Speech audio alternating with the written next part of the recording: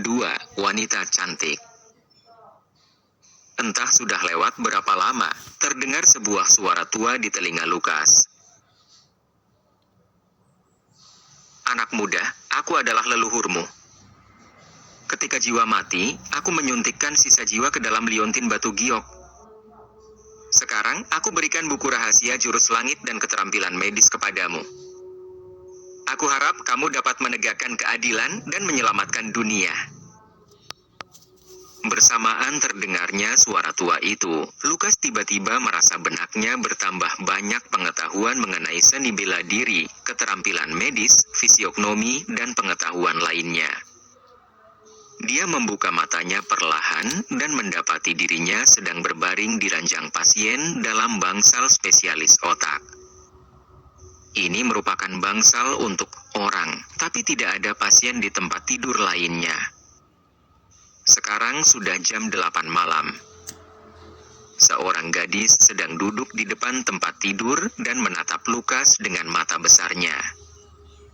Yang mengejutkan Lukas adalah gadis itu telanjang tanpa busana. Tubuhnya indah, kulitnya putih lembut, payudara montoknya menarik. Setelah melihat pemandangan ini, sekujur tubuh Lukas memanas dan hidungnya hampir mimisan. Apa-apaan ini? Apa yang terjadi? Kenapa bisa begini? Lukas buru-buru mengedipkan matanya dan tiba-tiba melihat bahwa gadis itu mengenakan pakaian perawat. Dia mencoba beberapa kali lagi dan menemukan sepertinya matanya bermasalah. Dia seperti memiliki kemampuan melihat tembus pandang dan dapat melihat tubuh perawat melalui pakaiannya. Ini sangat aneh. Orang yang duduk di depan ranjang pasien dan menjaga Lukas adalah perawat dari departemen yang sama, Lucy Puspita. Apa sih?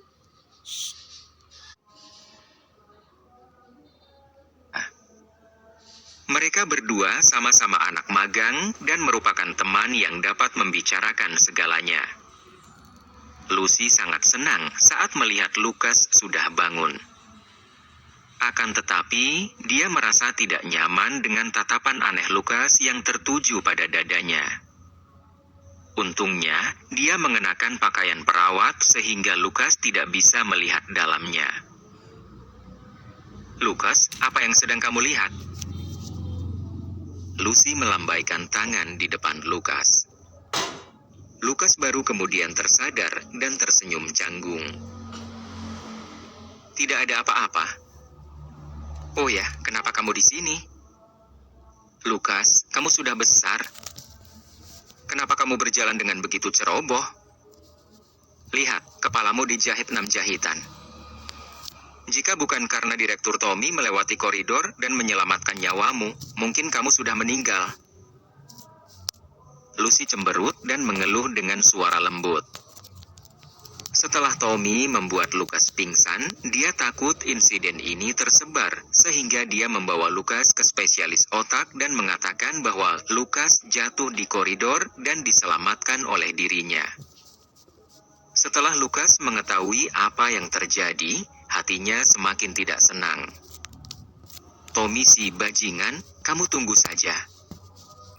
Setelah aku sukses, aku pasti akan membuatmu membayar rasa sakit yang sama. Lukas, pasien tadi siang, yang menderita cedera serius di kepalanya telah meninggal. Direktur Tommy berkata bahwa kamu tidak memanggilnya tepat waktu untuk melakukan operasi dan mengakibatkan waktu terbaik untuk penanganan terlewat sehingga menyebabkan pasien meninggal. Dia juga berkata bahwa kamu merupakan dokter magang yang tidak bertanggung jawab dan tidak layak menjadi seorang dokter yang berkualitas. Saat wakil dekan mengetahui hal ini, dia marah dan memecatmu. Dia memintamu untuk meninggalkan rumah sakit ini besok dan kembali ke universitasmu. Ucap Lucy dengan nada rendah sambil melirik Lukas. Apa? Tommy si bajingan sungguh menjijik. Bisa-bisanya melawanku dengan cara seperti ini. Bajingan itu benar-benar tidak ada bedanya dengan binatang. Dialah yang menyebabkan operasi pasien tertunda.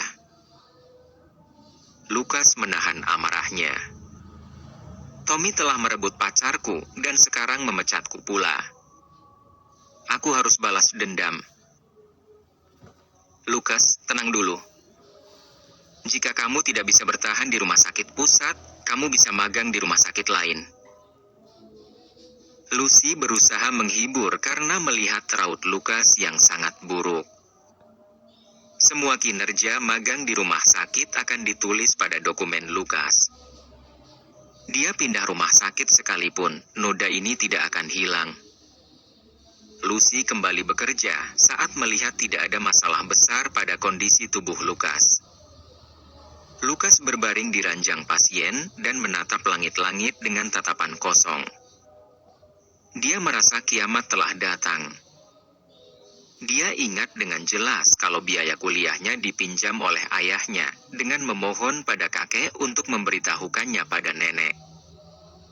Ayah melakukannya agar dia bisa kuliah, sukses, dan bisa mengubah nasib keluarga. Sekarang dia sudah kehilangan pacarannya, bahkan kesempatan magang pun juga sudah hilang. Dia merasa sangat bersalah kepada orang tuanya. Dia ingin menangis keras untuk melampiaskan ketidaksenangannya. Akan tetapi, dia sedang berada di bangsal, jadi dia harus menahan rasa sakitnya. Setelah menstabilkan emosinya, Lukas segera menemukan dalam benaknya memang bertambah banyak pengetahuan mengenai seni bela diri dan keterampilan medis. Keterampilan medis ini sangat ajaib. Di antaranya ada yang dapat menghidupkan kembali orang yang sudah meninggal. Jika semua ini nyata, maka dirinya lebih maju dari yang lain. Dia dapat menggunakan keterampilan medis ini untuk menyelamatkan lebih banyak pasien. Selain itu, Lukas menemukan matanya memiliki kemampuan melihat tembus pandang. Dia mencoba untuk berkedip. Kemudian menemukan bahwa dia dapat menembus dinding dan melihat sesuatu dalam jarak 10 meter. Setelah diperiksa dan dinyatakan bahwa luka di kepalanya telah sembuh, Lukas tidak perlu tinggal di bangsal lagi. Dia berencana untuk kembali ke asrama untuk istirahat dan besok, dia akan meninggalkan rumah sakit. Saat tiba di ambang pintu, Lukas terkejut melihat sekelompok dokter yang tiba-tiba bergegas masuk. Dengan cepat, dia menyingkir. Dia melihat mereka mendorong masuk seorang lelaki tua berambut putih. Kedua mata lelaki itu terpejam rapat. Wajahnya terlihat kesakitan dan mulutnya mengeluarkan busa. Tubuhnya kejang-kejang. Epilepsi. Begitu melihat gejalanya, Lukas langsung tahu bahwa itu adalah pasien penderita epilepsi. Jika penyakit ini tidak ditangani dengan baik, maka akan ada kemungkinan untuk koma. Lukas melihat seorang rekannya memeluk bagian atas pria tua yang sedang kejang-kejang, dua dokter lainnya menekan erat kaki pasien yang gemetaran. Orang tua itu memejamkan kedua matanya dan mengerang kesakitan. Seorang perawat buru-buru memasukkan pipa karet ke dalam mulut pasien.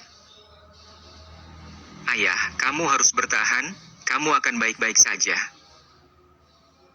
Seorang wanita berusia 25 atau 26 tahun berparas cantik dengan rambut hitam tersampir di bahunya. Dia mengenakan rok pendek hitam ketat. Paha rampingnya terekspos, kakinya memakai sepatu hak tinggi.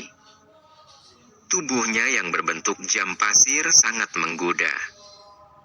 Dia tampak seksi dan panas. Lukas mengikuti arah suara itu dan melihat seorang wanita cantik berkaki panjang. Dia menatap kaki wanita itu tanpa henti. Wanita itu sangat seksi, terutama sepasang kakinya yang menggoda. Yang lebih menarik dari kaki jenjangnya adalah payudaranya yang membuat orang tidak ingin mengalihkan pandangan. Dengan cepat, mata Lukas jatuh pada gunung kembarnya. Semua orang sedang berusaha menyelamatkan pasien. Apa yang kamu lakukan di sini? Cepat selamatkan pasien. Aku beritahu, jika sesuatu terjadi pada ayahku, kalian semua tidak akan aku biarkan hidup tenang. Wanita itu marah karena melihat Lukas yang tertegun dan tidak berusaha menyelamatkan pasien. Lukas sedang fokus menatap buah dadanya. Dia sama sekali tidak mendengar perkataan wanita itu. Wanita itu tertegun sejenak. Melihat Lukas sedang menatap dadanya, ekspresinya berubah suram. Bajingan! Apa yang kamu lihat? Cepat selamatkan pasien! Sebelum selesai berbicara, kaki jenjang itu telah menendang ke arah selangkangan Lukas. Melihat itu, Lukas terkejut. Apakah wanita ini gila? Aku hanya menatap, tapi dia menendangku. Seketika, Lukas menghindari serangan wanita itu dengan mudah. Lukas sedikit terkejut saat menyadari bahwa dia berhasil menghindari serangan wanita itu. Dia menemukan bahwa dirinya menggunakan jurus langit yang ada di benaknya. Ternyata dia benar-benar mewarisi seni bela diri dan keterampilan medis dari leluhur itu. Wanita itu sedikit terkejut saat melihat Lukas dapat menghindar. Dia merasa sedikit tidak percaya. Tidak sangka dokter ini bisa bela diri. Jika tidak, dokter ini tidak mungkin dapat menghindari serangannya. Pada saat ini, Tommy masuk dan berjalan ke depan ranjang pasien bersama beberapa dokter. Segera penenang dan miringkan kepala pasien ke satu sisi agar dapat tetap bernapas dengan lancar. Bab 3.